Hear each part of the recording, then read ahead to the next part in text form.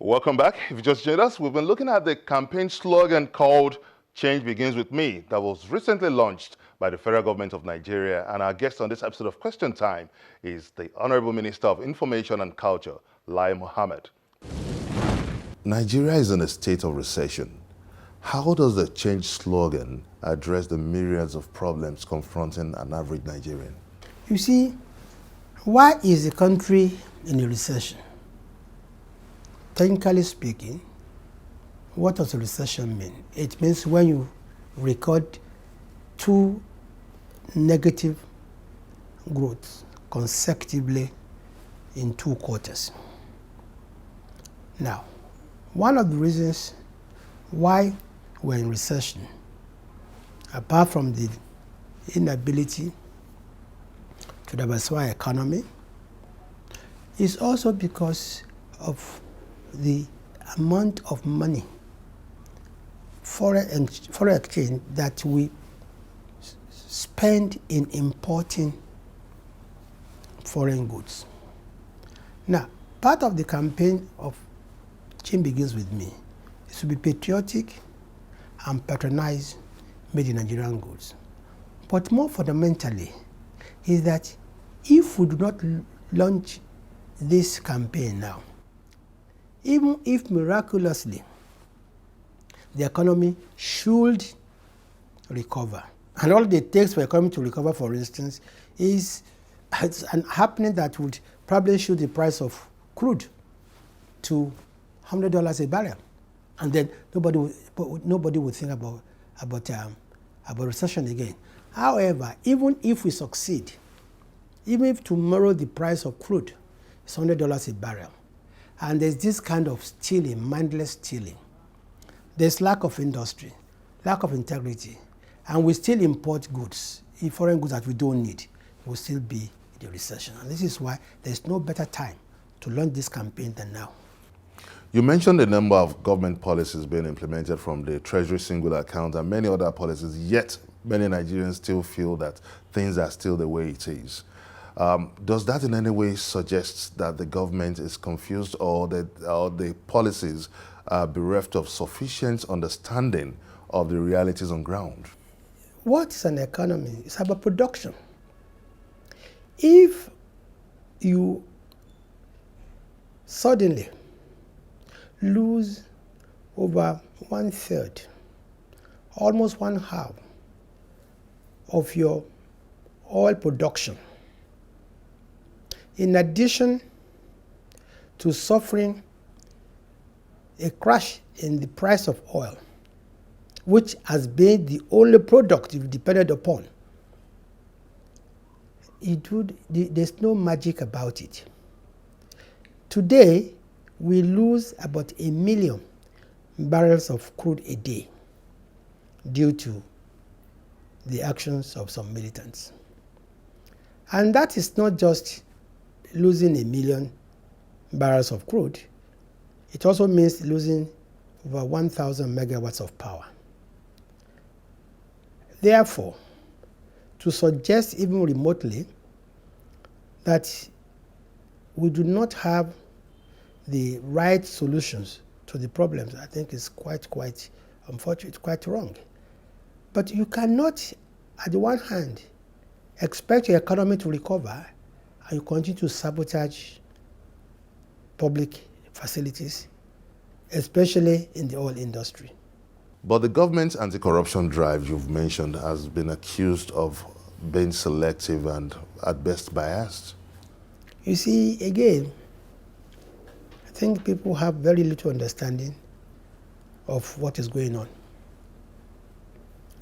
This government didn't start out even to probe anybody. This government came in and was quite, concerned about security.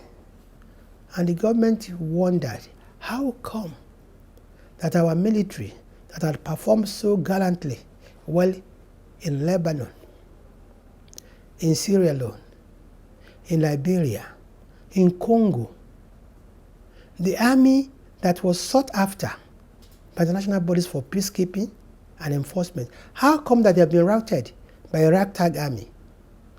called Boko Haram. What happened? Were they not sufficiently funded?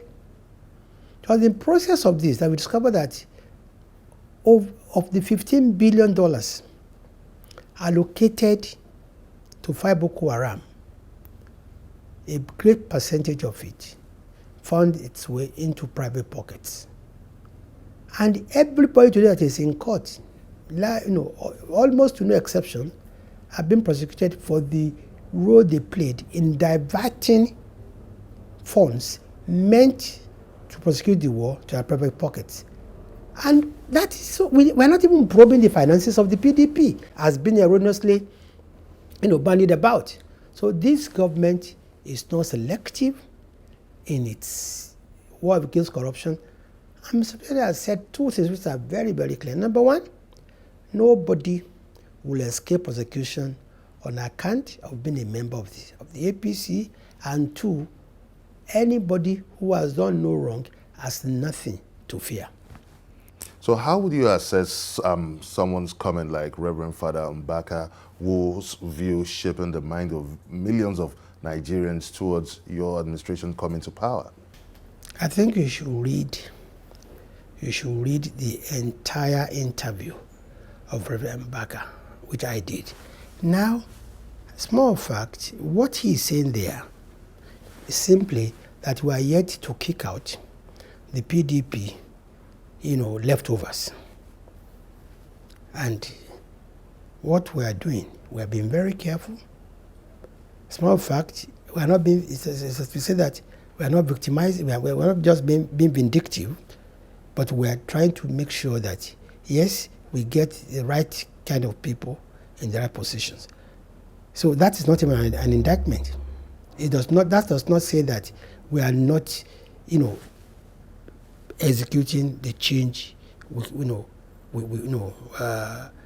promised we are going to change. Oh yes, there's a lot of people that we met in power who are still in position, and very soon appropriate actions will be taken in respect of them. But when we look at the composition of this government, we've seen people who played a role in the PDP government are now holding a prominent position, a frontline position in this administration. So where is the change? APC was a movement. It was not really truly speaking, strictly speaking, a political party. Now, if we had not got into cooperation of those who defected from the PDP, we probably would have lost the election. That's the honest truth. Now, it's not about, we have won election, therefore only those who are in ACN or who are in MPP or CPC would now enjoy the spoil of war. No. It's about running a government, a very inclusive government. So to those who say that, it's when we're in government that you give out positions. If we had lost, we would not even be talking about whether the appointments are balanced or they are not balanced, because there will be we're not in a position to even make the appointments. With the state of the economy, the state of the nation in general, do you think an average Nigerian has the potential, has the capacity to deliver on this change mantra? What are we asking the common man to do? We are not imposing any new taxation on him. We're asking the common man to obey traffic regulations. We're asking the common man to patronize made in Nigerian goods.